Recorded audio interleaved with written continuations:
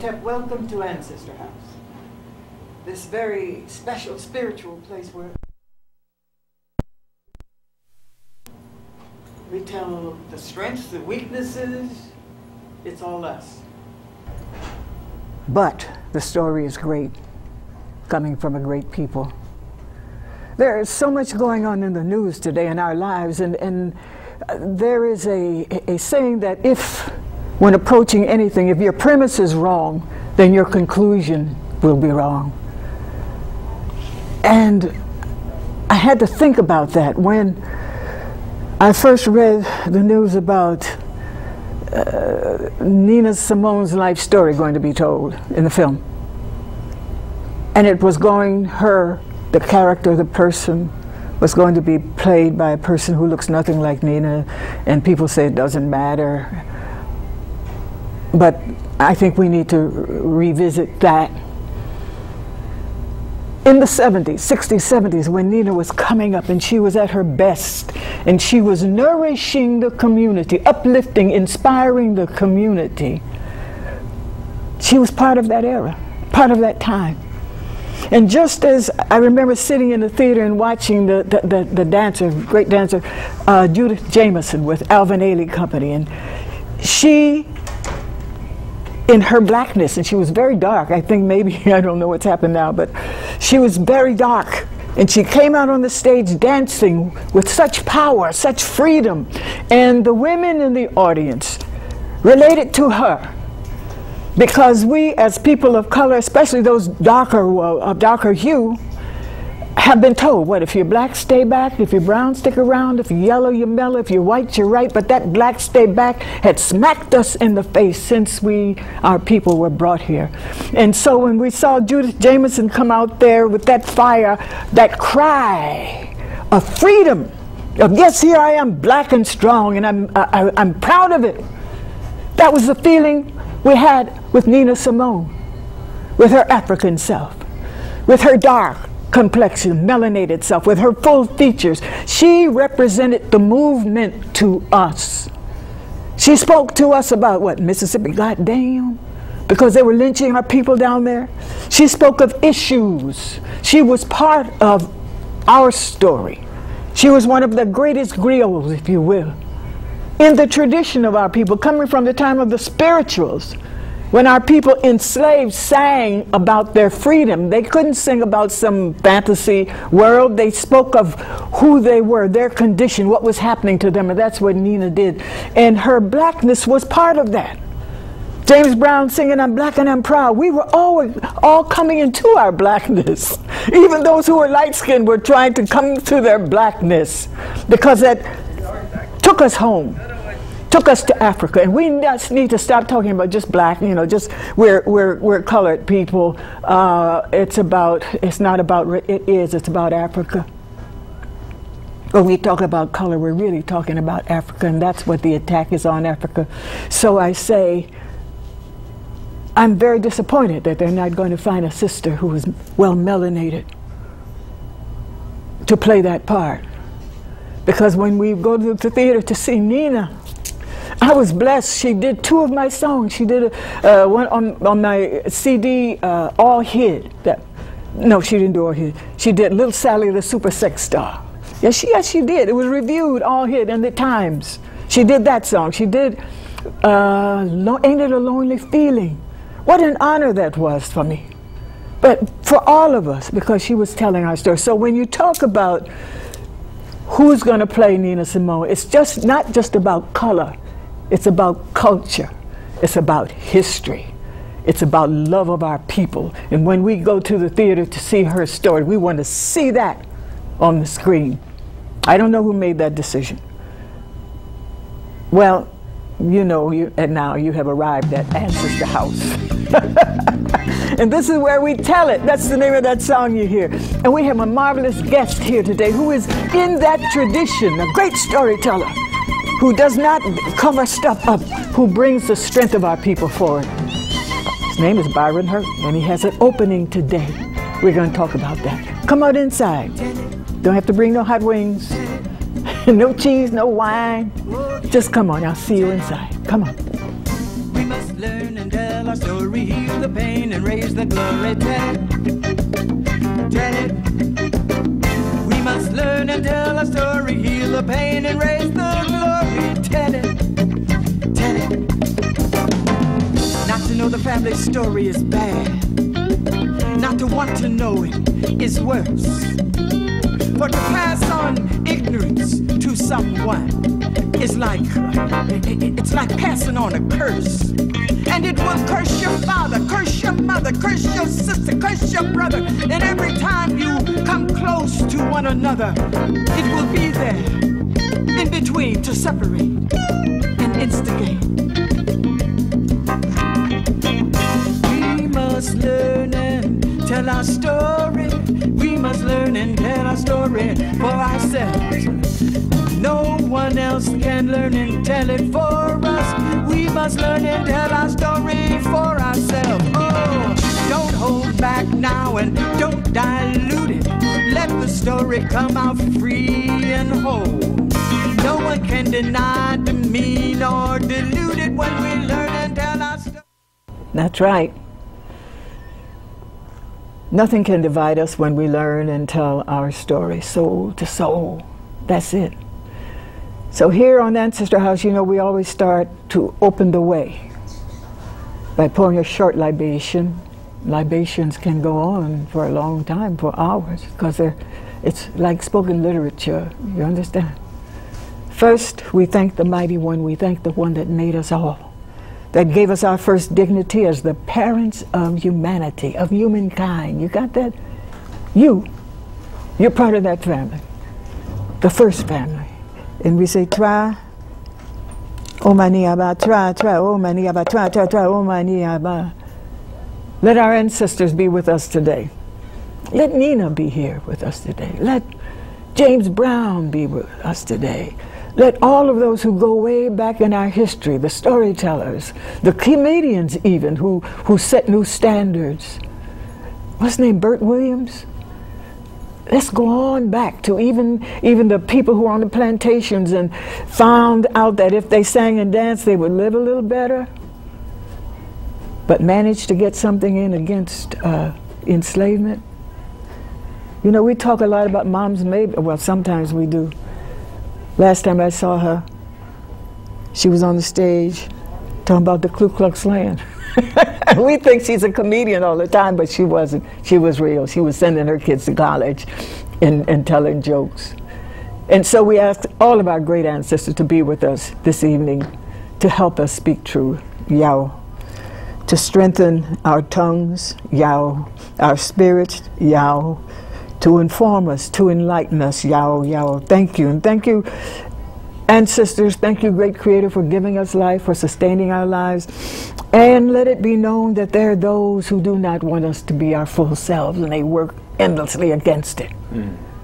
And we say, let their work, let their agitation, let their hatefulness, let their lies, and I'm listening to them on television all day, let it go back to them and not come to us, because we are the mothers and fathers of humankind. Nobody can take that from us. We just have to realize it more. And that's why we have Ancestor House here, and that's why we have our guest today. Byron Hurt is in the house. Thank you. It's so great to be here with you, Camille.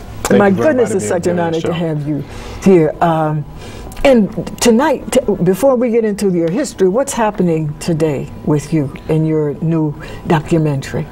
Well, we're going to be premiering the film, Soul Food Junkies. Yes. And it's been 3 years in the making. Whoa. And so I'm really happy to be able to show the film in front of my family, my friends, my colleagues, people I went to high school with, people who I went to college with, my fraternity brothers, fellow filmmakers of color, anyone else who comes out to see the film. So it's going to be a very exciting night. I'm really, really happy. Where's it going to be? Well, we're going to be showing it at Lincoln Center, and it's going to be at the Walter Reed Theater, and it's going to be with Image Nation, Oh, yes. and the Film Society at Lincoln Center, as well as my company, God Bless the Child Productions, and April Silver's company, Akila Work Songs, who's my public relations company, and they do excellent work. Excellent work. I intended to mention April in the monologue, but got into something else. But it was April who, about a month ago, had us all,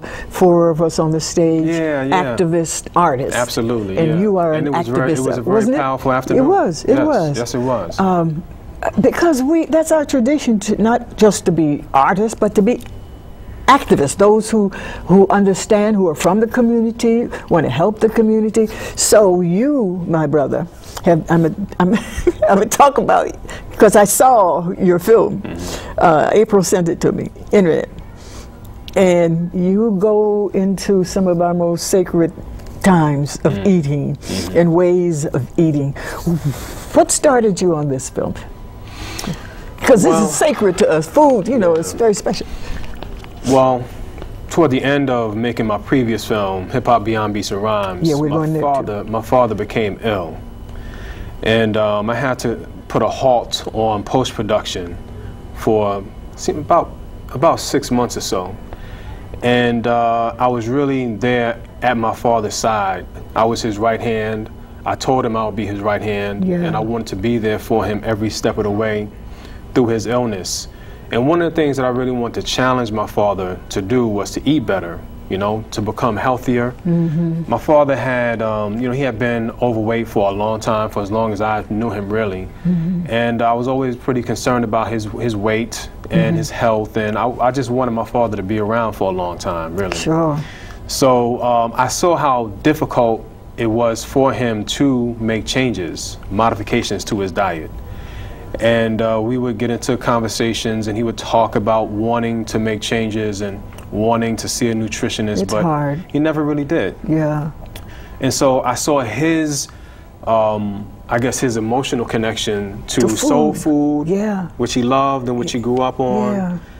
He grew up in the South, a town called Milledgeville, Georgia. Both he and my mother grew up in the same town. In the South, they eat big breakfasts. Yeah, exactly. Yeah, exactly. But he also ate a lot of fast food and, you know, milkshakes and, you know, fries and stuff like that. And so I just started thinking about food and its impact on our community. And its impact on families, you know, because I felt like if my family was going through this struggle, then there have to be other families who are going through the same thing. That's right. And so that's why I decided to make the film, and I just came up with the idea, and I came up with the idea of a title called Food Junkies, because we're so connected to the junkies. Food. We're connected to the food. I mean, emotionally, you know, and we wear it as a badge of honor, and we don't want to let it go. Yeah. You know, despite the fact that some of it does have some health consequences that we have to be aware of and conscious of. So, I mean, and that began my journey. It really did. And to be honest with you, I really didn't know much about the history of soul food outside of my family connection to it, outside of my mother preparing it, you know, on a regular basis as a young man, outside of my family down south eating it at every family reunion or at every church picnic. So I learned some things, and it was a really interesting, you know, fascinating journey for me, and I think it'll be fascinating for the audience too. It is. As I was looking, I was so pleased at your research.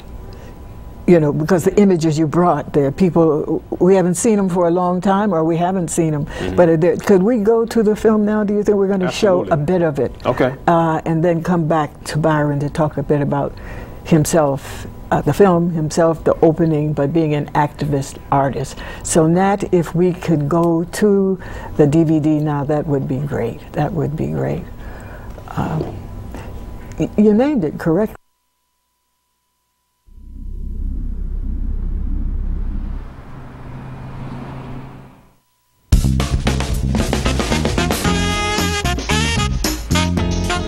This is my pops, Jackie Hurt. My pops loved to eat, and he loved eating soul food. Barbecue ribs, grits and eggs, collard greens, ham hocks, cornbread, mac and cheese, black-eyed peas, sweet potato pie, you name it, he loved it. My mother, Frances Hurt, married my pops at 17 and cooked most of his meals. Like most boys, I wanted to be just like my pops. At the dinner table, I ate whatever he ate. So I would stack up my plate with the grits and the eggs and the salt pork, and we would slice up our pork in nice little pieces and mix the grits and the eggs together and put all of the pork that we had cut up on top of the grits and the eggs, and then put it on top of our toast. And that was like a typical Sunday breakfast. Breakfast on Sunday morning was when my pops and I really connected because we were sharing food with each other and establishing a family tradition. I never questioned what we were eating or how much. Back then, I just enjoyed my mother's delicious food. My father went from being young and fit to growing nearly twice his size. I worried all the time about my pop's health. My biggest fear was that he would get sick and die at an early age. Even though he talked about making changes, he continued to eat soul food meals that were high in fat and calories. 7 years ago, my pops got sick, and even still, he refused to give up eating traditional soul food, and I just couldn't understand why. My father's difficulty giving up soul food and other unhealthy foods made me curious about Black people and our relationship to food. I wanted to know more about soul food's history, where it came from, and why it is so important to Black cultural identity. How did Southern food become soul food? Is soul food good or bad for you? Is soul food causing illness and early death in my community? These questions set me out on a national journey to find out if we are a culture of soul food junkies.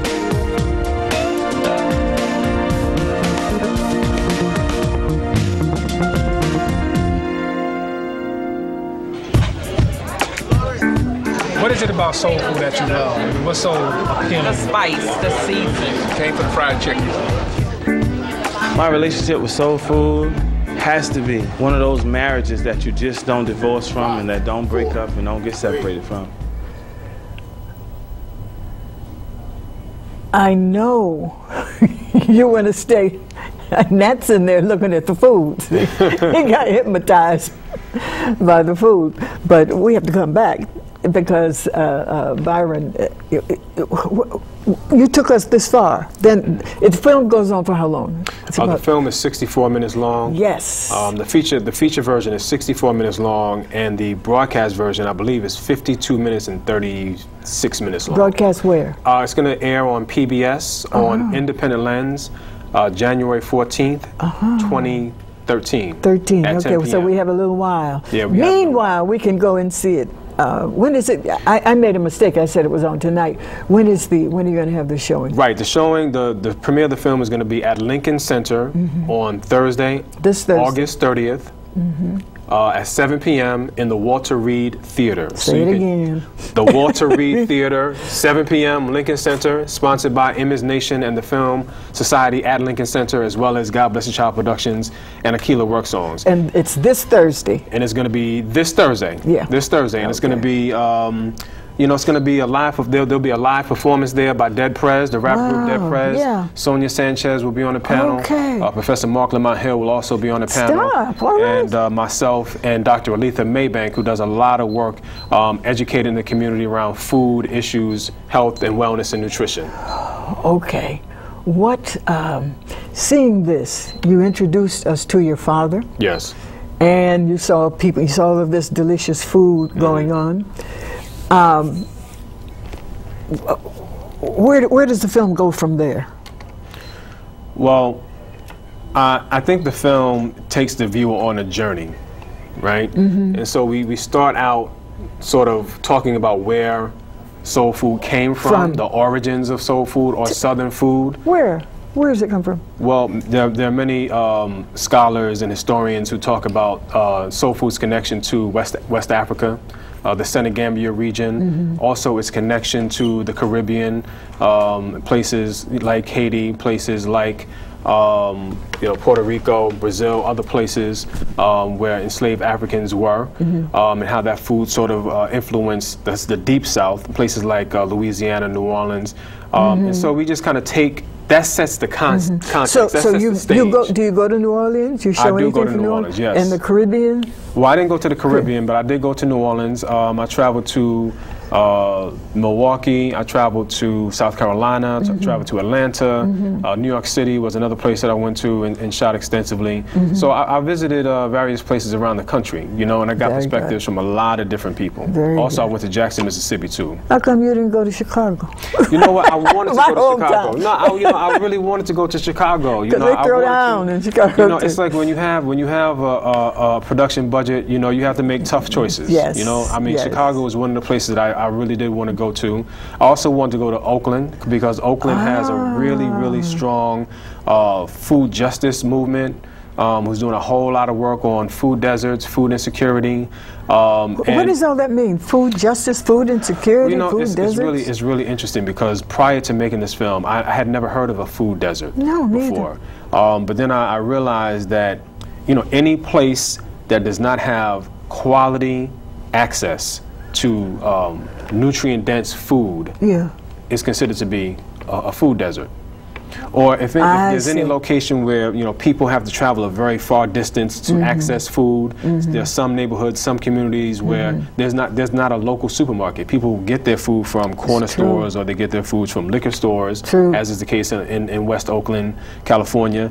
Some places they have to go to bodegas or whatever to get their fruit and their vegetables and other things that they eat. And as you know, when you walk into a corner store, there's really not a whole lot of healthy food there. A lot of it is processed. That's right. So if you only have access to poor quality foods, foods that are not nutrient dense, then you live in a food desert. But that really shifted my thinking because, you know, whenever I travel around neighborhoods that are not economically well off, excuse me, and that comprised mostly of people of color like you and I. Our neighborhoods. We just don't have that kind of access. Right. And, you know, so we live in food deserts. It's amazing. I live in Harlem. Right. There have been supermarkets going there for a long time. I've been. The quality of food has increased as the population of whites has increased. As more white people enter the community. That's right. They change the quality of the food. Absolutely. The kind of food, everything changes. So it's not like that access to food is not possible. No, it's possible. It's very possible. They're just not doing it. Right. Because the idea is that black people either can't afford healthy food or don't want to eat healthy food. And so a lot of people that I speak to or that I spoke to for the film say that that's not the case. Of course not. Yeah. Of course not. And our parents do want to. Having grown up in my family, not being wealthy, not having had a lot of choices, I had a mother who knew how to cook. She knew how to balance the diet. Right. But there were times when it was very lean, and you have to make something from nothing. But it's never that you don't want to feed your people right, feed your children right. And it's a big thing when we have Thanksgiving, have a feast. It's a family gathering. And I think it went into that a bit in your film about how we make up for coming out of enslavement. It's sort of like we're making up. And feeding each other has very deep roots going back to that time. Wow. That was in your film. That is in your film. Yeah, well, we talked about that. I mean, we talked about the emotional connection, the historical connection, the familial connection to soul food and how it's been passed down from generation to generation and how people did with what they had. You know, they got by with what they had. And but, you know, Dick Gregory points out that those times were a bit different, you know, back when people raised their own food, had their own gardens, the food was not injected with so many chemicals. That's right. It wasn't processed. There weren't so many pesticides that were being sprayed onto vegetables. The food was better quality at that time. So he says that the soul food that we ate then is very different than the soul food that we eat today. And also the food in general that we eat today too.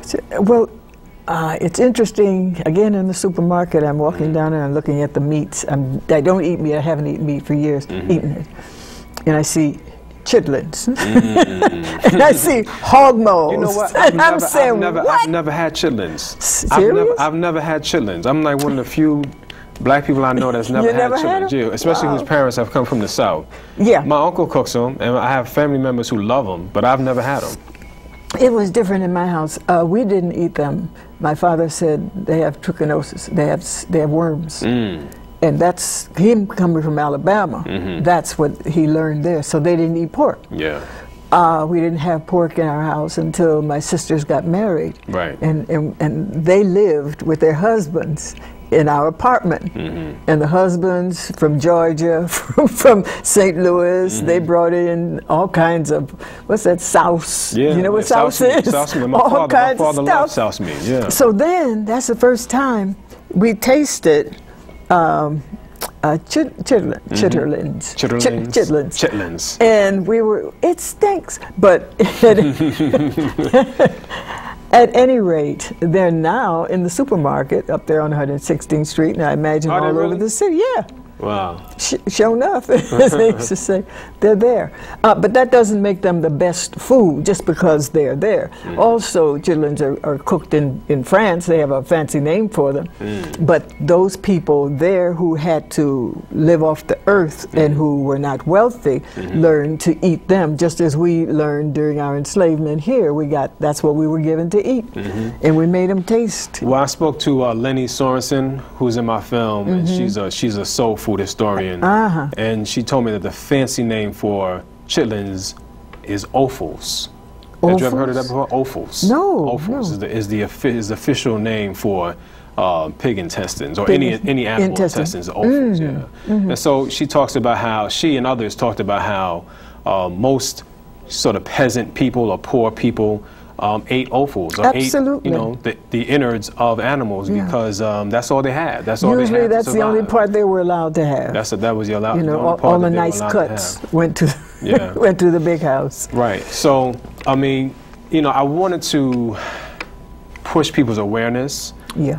About soul food. I wanted to give people more than what they expected with this film. I think a lot of people thought that I was going to just outright trash soul food or, really? Denigrate, our cultural history, which, I don't think that I do. No, you don't. Okay. You don't. Yeah. I was afraid you were going to go the other way. You thought I was going to do what?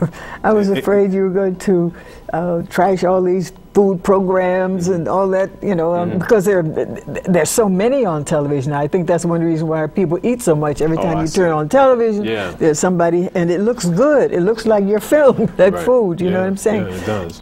And we are a nation of overweight people, I believe, right now. But I think we've normalized that. I mean, I think it's very common to see, people in our community who are overweight, and I think that until you are able to shift your perspective and see it for what it really is, you just accept it as the way things are or the way things should be. And our children are suffering from very high rates of obesity. Yeah. And as a result, we have higher and higher rates of childhood diabetes and other illnesses that are nutritional related. High blood pressure. High blood pressure. And so the vitality of our community is being sapped. And I was really struck by, when I was doing research, just how we really top the charts for the most part in almost every single major illness, nutritional related illness, from diabetes to heart disease, hypertension, cancer, other illnesses. And we have to begin to do something about it on a real level, on a real active level. There's, I think it was a European man, I don't know his name right now, Aristotle or somebody, said an unexamined life is not worth living. Absolutely. And that too goes back to Kemet, where they say know yourself. Know yourself. And recreate yourself. Yeah. That comes from the walls of the temples in Kemet. And we as all people, well, some people do it secretly, but all people who continue to grow have a time. This is when you asked me earlier if I knew a certain religious structure, and I was saying that I recently went through a reinstallment with the Ga people, and there's a ceremony, a celebration that they have called Homowo. Last week was the pre. Tonight when I leave here I have to go for the official thing. But their teaching is that they, every year, have a time when there's no music, when you don't feast a lot, you hold back a bit.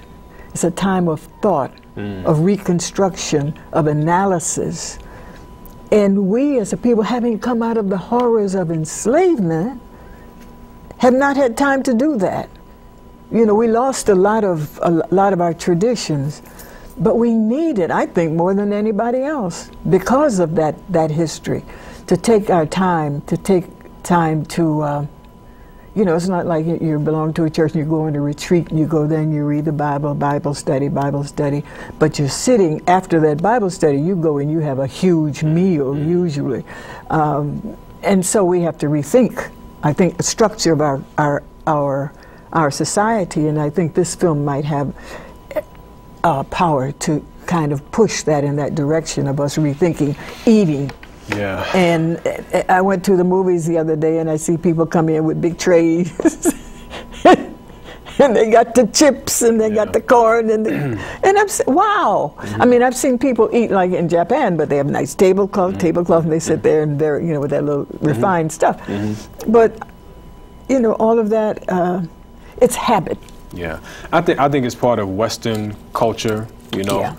The Western diet. Plenty. Yeah, you're just overeating in general, large portion sizes. I mean, you go to some major restaurant chains, I mean, you know, you can eat a meal that really could last you 2 or 3 days. I take it home. Yeah, you know, and so, but a lot of people eat it all in one sitting. Yeah. You know, that makes up the majority of their calories for the day, all in one meal. So it's not just a black thing, a people of color thing. I think across the board, you know, our culture is one it has become that gorgeous, you know, on food. Yeah. And in spite of the fact that there's so much information out there about how to modify your diet, how to work out more, Is that in exercise. the film at all? Yes, we do. We talk to a couple of people toward the end of the film who make suggestions about how we can modify our diet while maintaining the essence of our culinary tradition. You show, in that film, you show some kind of a festival where some brothers are over a pot. The junk pot. The junk pot. Yes. And you said you didn't want to eat it. Yeah. What happened there? What's that junk pot business? Where was that? Well, I was down in Jackson, Mississippi, and I was at a tailgate party at Jackson State. And so I wanted to talk to, you know, black Southerners about soul food, the soul food tradition. And I just came across these brothers, good brothers, really. Big brothers, too. Well, yeah, some of them were big. Yeah. And, you know, I took a look inside this pot that they were working on, and I looked in the pot, I asked them what was in the pot, and there was all kinds of stuff up in there. I mean, you know, yes. Corn, little corn, piece of corn on the cob, pig feet, turkey necks. I can't even remember exactly what else was in there, but it was just a whole lot of stuff going on. And they were standing all around it. Yeah, and they were all standing all around it. And on top of that, they asked me to eat some of it. That's right. You know, and so, you know, you're coming from the South and coming from, you know, parents of the South, my father always told me and my sister that whenever we went back home, that's what they call going down south. It's called the home. Every time we went back home, you know, no matter where we went, you know, we had to accept the food of whoever prepared that food because it was seen as disrespectful or, you know, just offensive if we did not eat the food. That's right. And so, I mean, there were times where we would go from house to house to house to house to house, and my belly would be full, you know, but I still they had insist to eat some. You have to eat. Exactly, you gotta exactly. eat. Wow. And you know, you don't want to be disrespectful. You want to honor your relatives and your family. So, you know, and sometimes the food was really, really good. You know, you can't deny. You know, when your food cooked by your grandmother or your aunt, you know, tastes delicious. So. But that was kind of hanging on my shoulder as I was, you know, with these brothers, and they were encouraging me to eat some of their stuff out of their junk pot. Yeah, and you did. I ate some turkey necks. I saw you. Yeah. The film. It was good. You tried to resist, but it was good. But they got it. It was good. It was very good. I'm sure it was very good. But see, that's the thing about soul food. It does taste good, and that's what's so appealing about it. It tastes so good. It tastes good. It brings back certain memories about your family, about your friends, your connections with loved ones, and certain holidays and things. And it's comfort. It's a comfort food, you know. And again, most people nowadays don't eat soul food on a daily basis. A lot of people don't eat soul food on a daily basis. But when we do, we tend to have the things that are, you know, the smothered chicken, you know, the fried chicken and waffles, and, you know, the yams, don't candy yams. Don't talk about it. It's making me hungry just sitting about waffles. Because it tastes good. But it does taste good. It does taste. It's delicious. But in addition to that, we have the fast food. That's true. You know, at the restaurants, which are fried or whatever, and that combination just gives all kinds of grease. Now I hear that lard is coming back, so we really have to get it together. We do have too much high blood pressure, too much sugar, and we can stop it. Look at I know people, mother and daughter, huge. We really have to think about this. This is our health. What are we showing to our children? They're growing up heavy. Yeah. But you know, I mean, there are some people. I had a relative who was thin as a rail and died. I think he had a heart attack. He had high blood pressure, but he never went to the doctor. He didn't take care of himself. Oh my God. And he was, you know, I saw him maybe about a month before he passed, you know, and he was lively and gregarious, and about maybe a month later he was gone. And I didn't even know anything was wrong with him, but he had he had hypertension. Yeah, and that'll do it. Yeah, and so he passed away just like that of a heart attack. So sometimes you don't have to be morbidly obese in order to be ill, but you have to know what your health situation is. You have to know what your family history is. You have to know what your numbers are. Right. You know, one of the doctors that I talked to in the film talked about the importance of knowing your numbers. Your numbers. Yeah.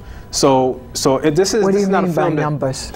Well, I mean, you know, going to the doctor and knowing what your blood pressure is, you know, knowing what your blood sugar counts are, if you have if you have diabetes or you know, problems with your blood sugar, you know, just knowing what your vital signs are, essentially. A lot of times, you know, things are disguised in food. There's a lot of sugar in there that you don't know. There's a lot of sodium in there that you don't know. It says this is health food. You have fewer calories, and the sodium is 700, 800. So we do have to be careful. We have to be careful because the food industry is very deceptive. The food industry wants to sell. They want to sell products. They want to make as much money as possible. That's right. And so they use clever advertising and clever marketing and clever branding in order to get you to believe that what you're eating is good for you. So you really have to read labels. It's up to us. You have to turn whatever product that you have, and you have to look at the labels, and you have to see whether or not it has high fructose corn syrup. I don't eat anything with high. I mean, I do my best to not eat anything with high fructose corn syrup. See how many ingredients are actually in that particular product, that food product that you're about to eat. You know, I mean, and some people say if it's bigger than your thumb, then you shouldn't eat it. You know, so, but I mean, I know a lot of people don't do that. If what is bigger than your thumb? If the amount of ingredients. Oh, ingredients, thicker than your thumb. Exactly. If you cannot cover the ingredients, the amount of ingredients, the number of ingredients with the width of your thumb, then there's probably too many ingredients that you're going to be eating in one food group. Yeah. Okay, I want to talk to you about something else. Okay. Is that okay? That's fine with me. About you. Okay. Okay, what you did before. You did about beats and rhymes. Beyond Beats and Rhymes. Beyond Beats and Rhymes. That was about hip hop. Yes, it was. What were your conclusions about hip hop? I mean, as far as its importance to us, its effect on us. What has it left us? It's not quite going yet, but it's getting thinner and thinner. Well, I mean, my conclusion was that hip-hop was being controlled by a corporate media industry that does not necessarily care about the people who consumes the music or that creates the music, and that most of what we hear is not the best of what we have to offer in terms of hip-hop. Most of what we hear is, as I heard Cornel West use the word, retrograde, focusing on very narrow themes, narrow images, narrow representations of black masculinity and black femininity in the visual form, but also very narrow visions of manhood in the lyrics and that sort of thing. Absolutely. So, I mean, hip-hop has changed and evolved since the time that I've made hip-hop, Beyond Beats and Rhymes. But when I listen to hip-hop, I do hear very common themes. The artists may be different. Repeated over and over. Yeah, the artists may be different. It may sound different. You know, Southern hip hop has come to dominate pretty much all hip hop, you know, in the mainstream commercial hip hop. But usually the themes tend to really be about a hyper masculinity, men sort of being in control of themselves and other people around them, in control of women. Women are supposed to be subordinate and I guess controlled, you know, by them. Used used for their pleasure. Material things are commonly upheld as symbols of one's manhood or masculine identity. I think all of those things are pretty much still the same. I mean, that could be said for outside of hip-hop culture too. I mean, if you look at, you know, mainstream culture, you look at sports culture, which I come out of as well. Which is kind of hip-hop culture. You look at fraternity culture, which I also come out of fraternity culture. I'm a member of Omega Psi Phi Fraternity Incorporated. You look at military culture. If you watch military commercials, I mean, there's always this, I guess, exemplification of the uber masculinity, and that's what I tried to address in the film. You did address that in the film. The only difference I think there is that the hip hop has more access to media, that you hear it all day. You don't hear the fraternity, whatever goes on there. We know a bit about that. The military shows that come on, and the women are now saying that we went into the service, think if we could be of service, but we're servicing the servicemen. So they're trying to change that around. But the media cooperating and making money off of the most detrimental, the most dangerous, really, and insulting form of hip-hop, which, in my opinion, has been taken over by corporate world. And those who want to make the money, but who choose, why is it that they choose the most vulgar? Why is it that they go to people who and they promote the most violent? Why is that? Did you come to some thoughts about that? Well, I think that young men want to take the path of least resistance, want to do what's going to get them the easiest access to money, the trappings of success, girls, women, fame, popularity, all of those different things. And I think that I think a lot of young men who try to get into the hip hop industry are fully aware that if they are talking about things that are socially conscious or too socially conscious or too black or too critical of the government or whatnot, that they won't get that kind of access. So they censor themselves. I mean, they self-censor who they really are in order to become something that have been defined. That have been defined, you know, by this corporate structure as being the legitimate, incredible, successful mainstream artists. And I think mainstream artists, I think the mainstream hip hop industry, I think is really they want to market and disseminate their music to the widest audience possible, the basest audience possible. Young. I think that young. The last time I did any research on it is mostly white. You know, they buy most of it. Who are fascinated, you know, by the you know, you're the first one I've heard say that. Really? Yes. Really? Yes, actually. And I had the experience once. I went to, what college was it? Not too far from here.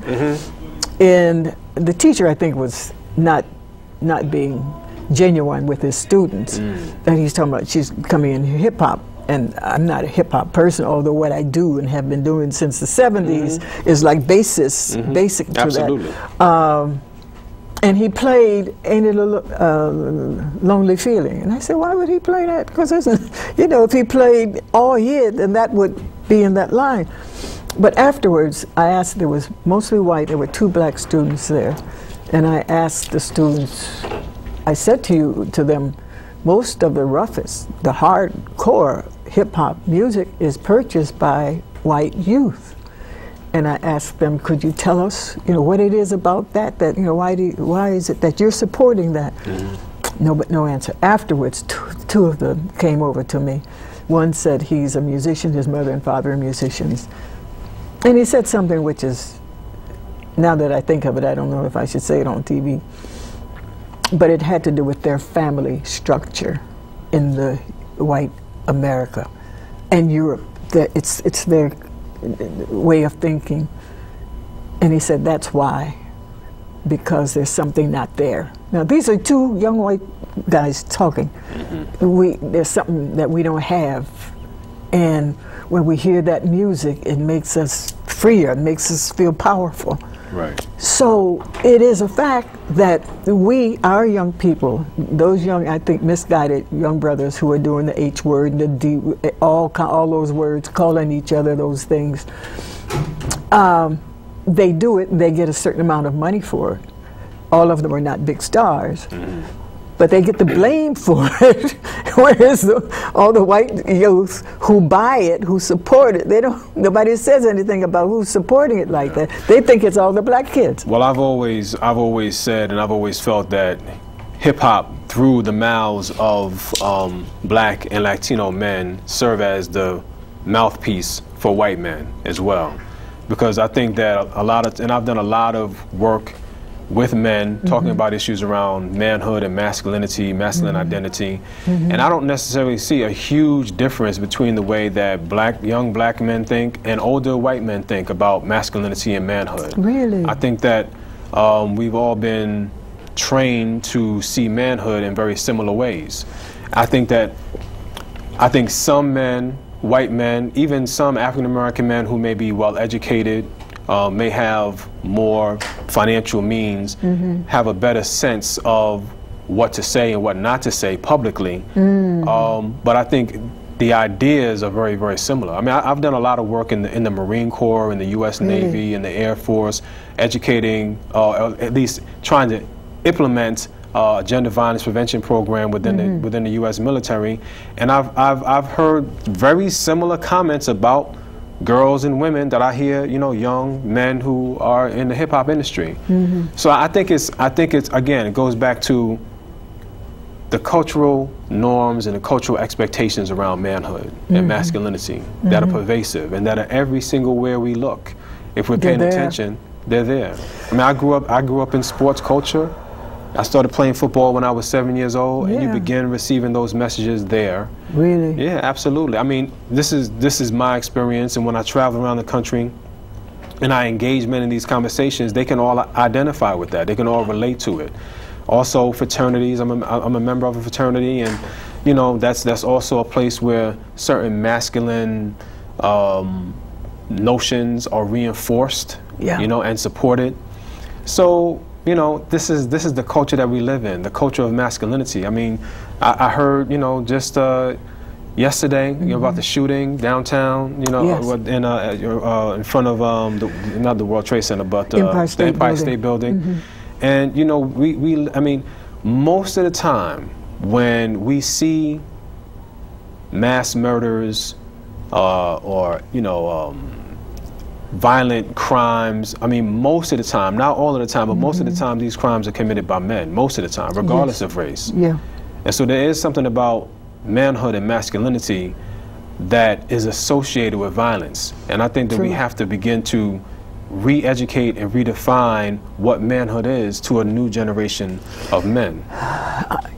I agree with you, of course, on that. It is a tremendous undertaking, as I'm sure you've found out. And as a woman, it's on my mind so much, because I believe in respect. That's part of my nature. And when I see this other thing, it's so offensive.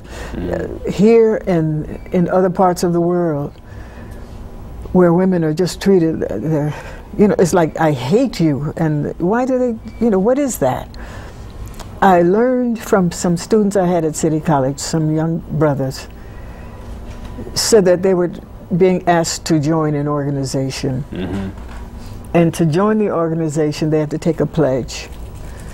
Never to encourage women. Never to allow them to contradict you. Never to say anything that boosts them.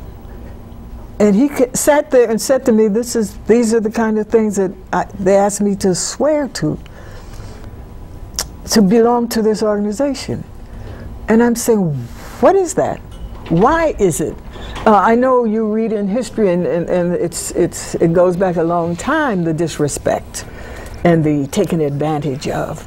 But it seems today we really, and I'm really upset about what's happening in Mali, where the jihadists are coming in with the Sharia law, and the sisters are moving, the women are moving, the men are moving, because they say now they want us to wear the burqa, and they don't want us to work, they don't want us to go to school. And you know, I say, what?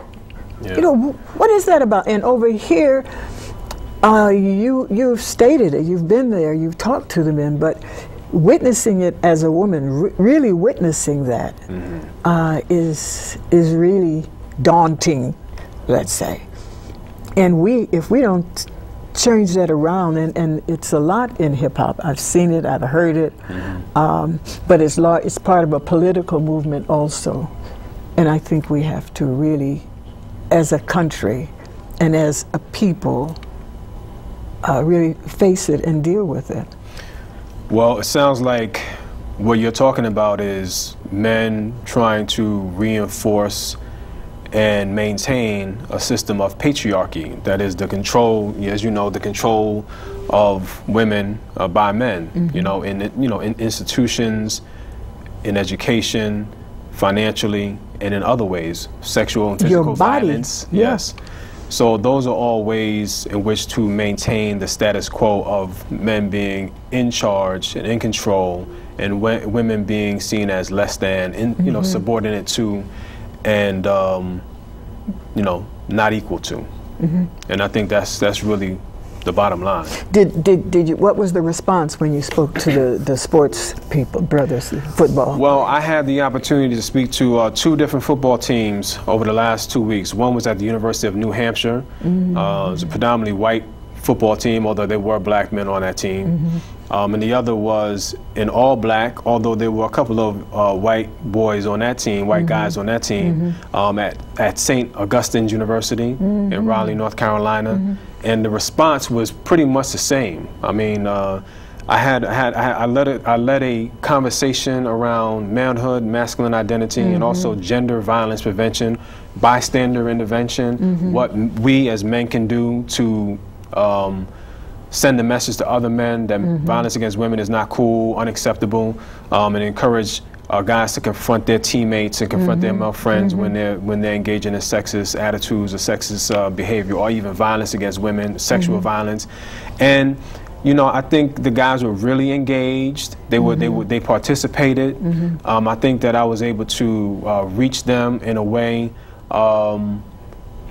that worked, you know, to keep them engaged, by using my own personal stories, by talking about the ways in which I have been socialized and conditioned, and as we all have been. And so I thought it was very, very successful, you know, but, you know, it takes a lot of work. Yeah, it takes a lot of time, and you know, and it's not something that changes overnight. And I have the benefit of knowing and working with a lot of good men who are doing a lot of very similar work around the country. And I think that's really, really important. I'm not this lone individual who's doing this work. There are a lot of men who are doing it, like Don McPherson, who I've worked with, Jackson Katz, who is the creator of a program called the Mentors and Violence Prevention Program. Kevin Powell.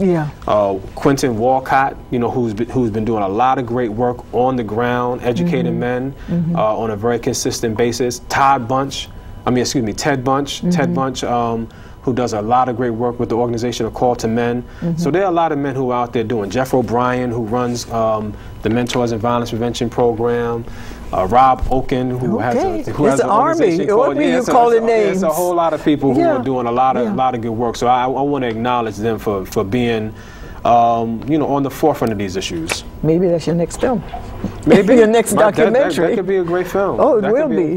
That's one on my list. Absolutely, we surely need it, because we have so many misunderstandings about one another too. When it gets on that more of an equal level, we're coming from different sensitivities. Very true. And that has to be addressed if we're going to heal the way we need to heal and grow the way we need to grow. This is a very threatening world we're living in. So we have to be ready for it. That's why your Soul Food Junkie film is good, because if you're going to make good changes, you have to be in good health, or at least conditions that you can do something. Well, I'm trying to do my part. Yeah, I'm definitely. Trying to use, you know, what God has given me, what the ancestors have laid, you know, laid down as a foundation for me to continue to do good work and to try and uplift our people. I mean, that's one of the things that I'm really committed to, you know, and so I give honor and I give thanks to all of my ancestors and everyone who I've been able to learn from. I mean, St. Clair born, who, you know, St. Clair born, you know, I had the opportunity to have some conversations with St. Clair, and, you know, he, you know, talked about carrying on the tradition of filmmakers that came on before him.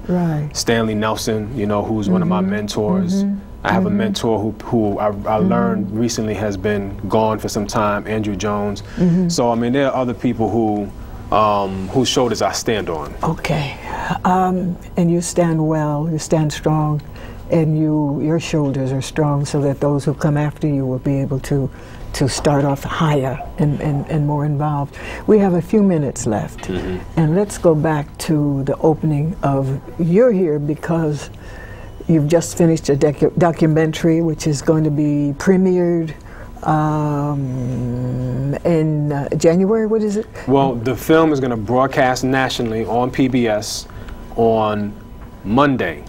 This coming Monday? Not this month, no, January 14th, not this month. January 14th, 2013 at 10 p.m. You got to check your local, on PBS, Independent Lens. You have to check your local listings. But that is the national broadcast date for the film. The film. Meanwhile, at Lincoln Center. At Lincoln Center this Thursday, we're going to have a really great screening, an unveiling of sorts to everyone in New York City who comes out to see the film at Lincoln Center and Walter Reed Theater. And I'm really looking, I mean, of all of the screens I've done so far, this is the one that I'm looking forward to the most. Absolutely. So I want people to come. If anybody's watching this program right now, Lincoln Center. Lincoln Center, you can go to www. What is it, Broadway and, I'm sorry. www.filmlink with a C.com. And that's where you can go and you can buy tickets. www.filmlink.com. Search for Soul Food Junkies. Soul Food Junkies. You're a junkie. Wake up, accept it. If you're overweight, you know, it's hard because you want that ice cream. You know what I mean? You want that extra thing, but we have to really begin to think more of our health. Thank you, Byron, Thank you for so being much for here. Byron Hurt is your name, and that is your fame. It's an honor to have you here. Thank you, brother, so much for being here on Ancestor House.